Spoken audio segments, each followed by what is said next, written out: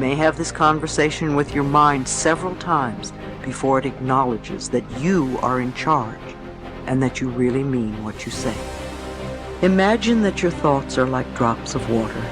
One thought or one drop of water does not mean very much. As you continue to repeat the same thoughts over and over, you first notice a stain on the carpet, then there's a little puddle, then a pond, and as these thoughts continue, they can become a lake and finally an ocean. What kind of ocean are you creating? One that is polluted and toxic and unfit to swim in? Or one that is crystal clear and blue and invites you to enjoy its refreshing waters? All of us have these bags of manure that we carry around with us, called our past. And the people who have done things to us and the events and the circumstances, all of this stuff that we use and we bond to. And we bond ourselves to these wounds of our past, and we identify ourselves on the basis of these wounds. And every once in a while we set it down and we reach in there and we smear it all over ourselves. And then we wonder, why does my life smell so bad? I don't understand this. Whatever you pay attention to will naturally grow, at least for you.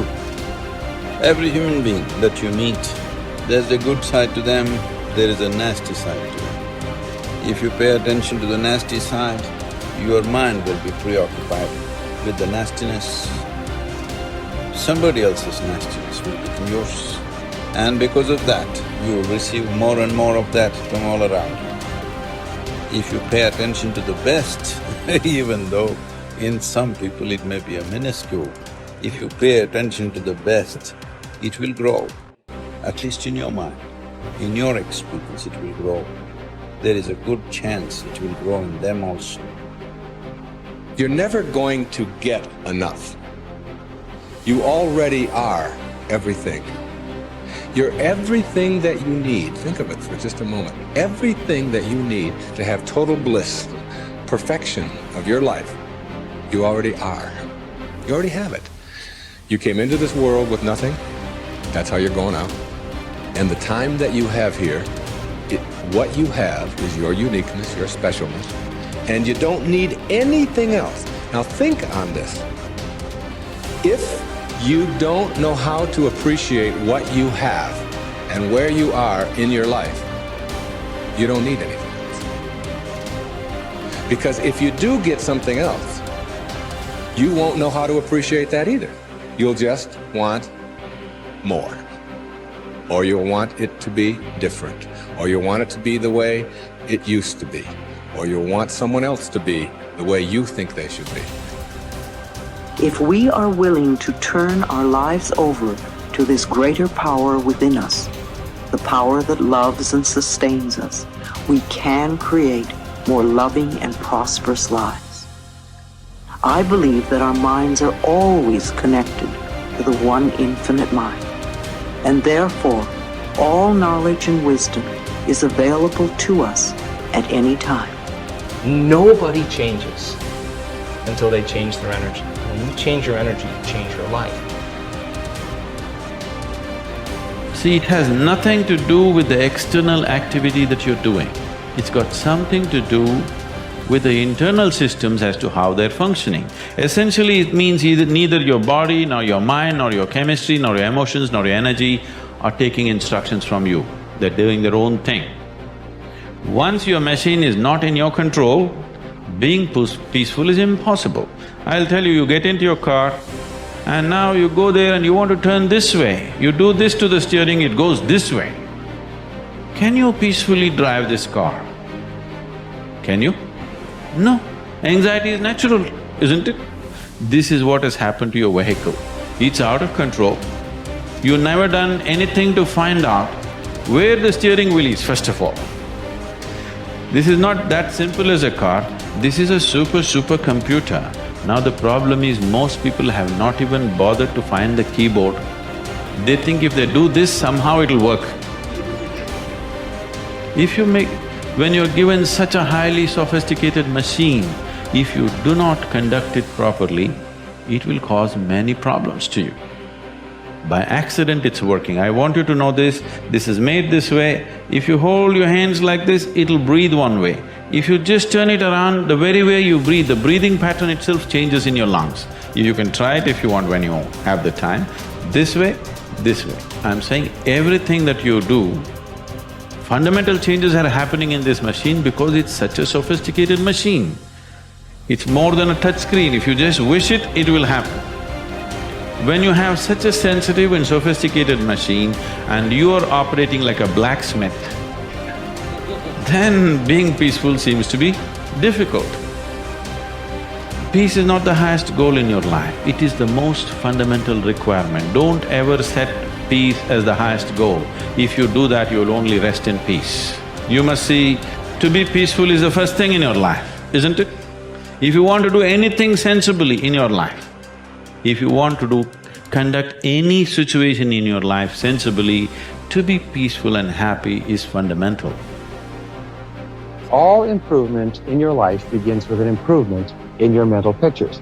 We know that because of the law of correspondence, that your outer world tends to be a mirror of your inner world. This means that what you see on your outside, what you see in your relationships, your health, your work, your customers, and so on, tends to be a result of the pictures you have inside. We also know that your self-image controls your performance. It is the way you see yourself and think about yourself inside determines how you act on a day-to-day basis. If you see yourself and think about yourself as an extraordinary person, if you see yourself as a success, if you see yourself as happy, positive, confident, in control, if you see yourself as a loving parent or spouse, you will act that way toward others. So therefore, all improvement in your life begins with an improvement in your mental pictures, with you consciously and deliberately selecting the pictures that you're going to allow your mind to dwell upon. And that word dwell is terribly important.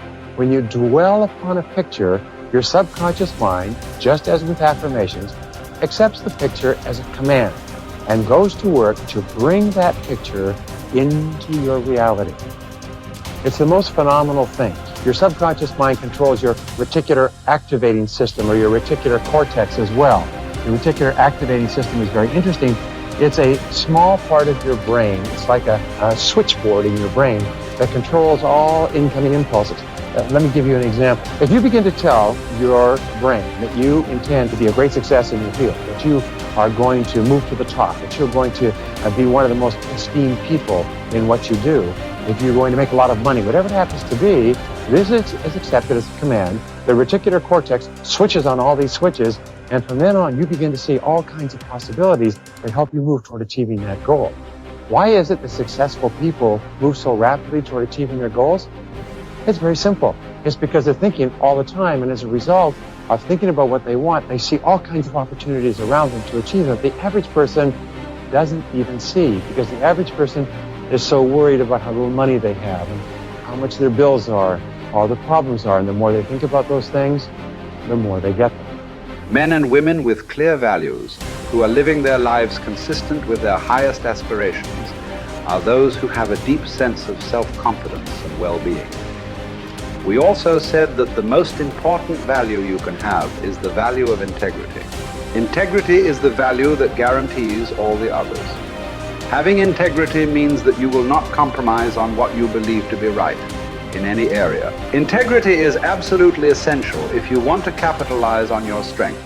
It means more than anything looking at yourself honestly and making your decisions based on the fact that you are an extraordinary human being. Your feelings are very valuable clues to your choices and behavior. Your peace of mind and personal satisfaction is perhaps the most accurate guide you will ever have to doing what is right for you. To follow your heart, you don't necessarily need to make dramatic changes in your life or in your relationships. What you do need to do is to see yourself honestly as you really are, and have the courage to channel your energies and focus your strengths into your areas of greatest potential.